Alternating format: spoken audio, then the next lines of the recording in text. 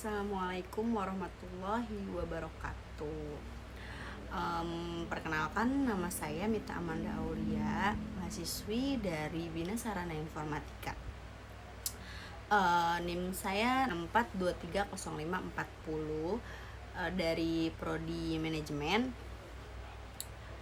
Video presentasi ini dibuat untuk memenuhi tugas, dan hari ini saya akan mempresentasikan topik mengenai kasus PHK yang tidak sesuai ketentuan. Sebelumnya saya akan menjelaskan dulu apa itu arti PHK. Jadi PHK itu adalah pemutusan hubungan kerja, pengakhiran hubungan kerja antara pekerja atau buruh dengan perusahaan karena suatu hal tertentu yang mengakibatkan berakhirnya hak dan kewajiban kedua belah pihak. PHK dapat terjadi atas keinginan perusahaan, keinginan pekerja, maupun karena ketentuan undang-undang, perjanjian kerja, peraturan perusahaan, atau perjanjian kerja bersama.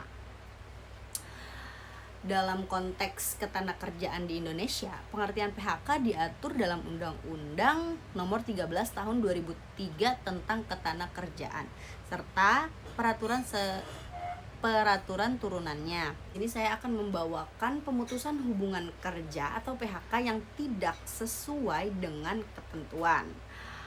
Penghentian hubungan kerja yang dilakukan oleh perusahaan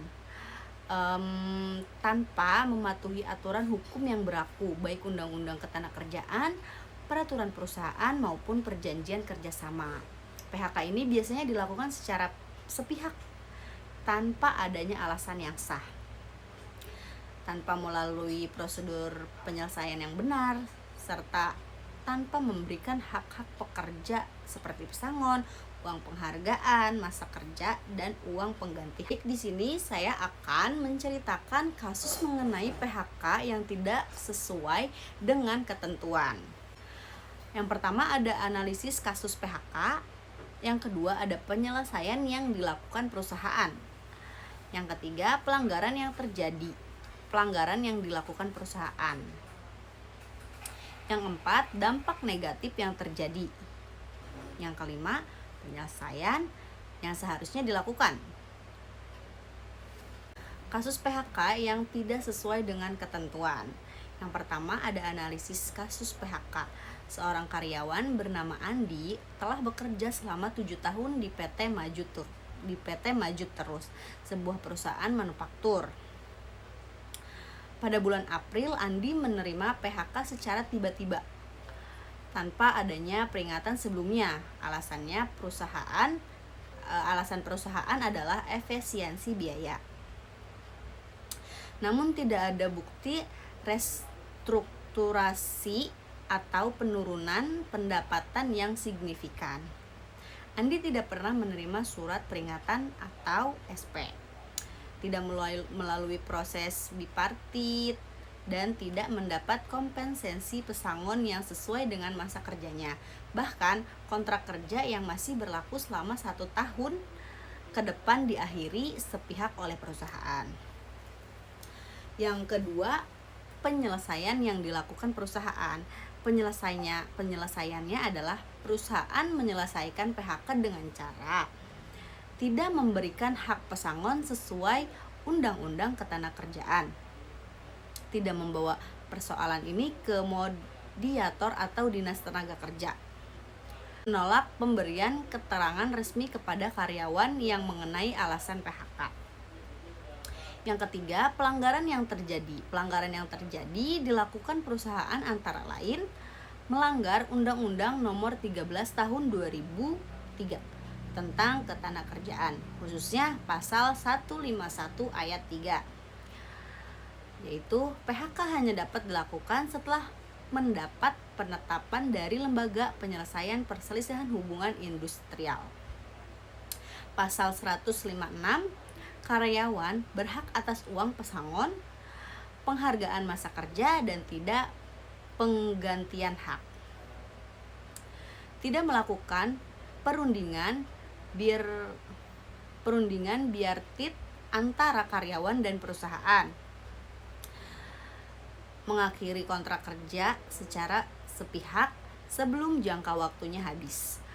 Tidak ada bukti bahwa perusahaan mengalami keadaan yang memaksa atau kondisi keuangan yang buruk. Yang keempat, dampak negatif yang terjadi bagi karyawan. Kehilangan penghasilan secara mendadak tanpa jaminan kompensasi, menimbulkan stres psikologis dan ketidakpastian finansial.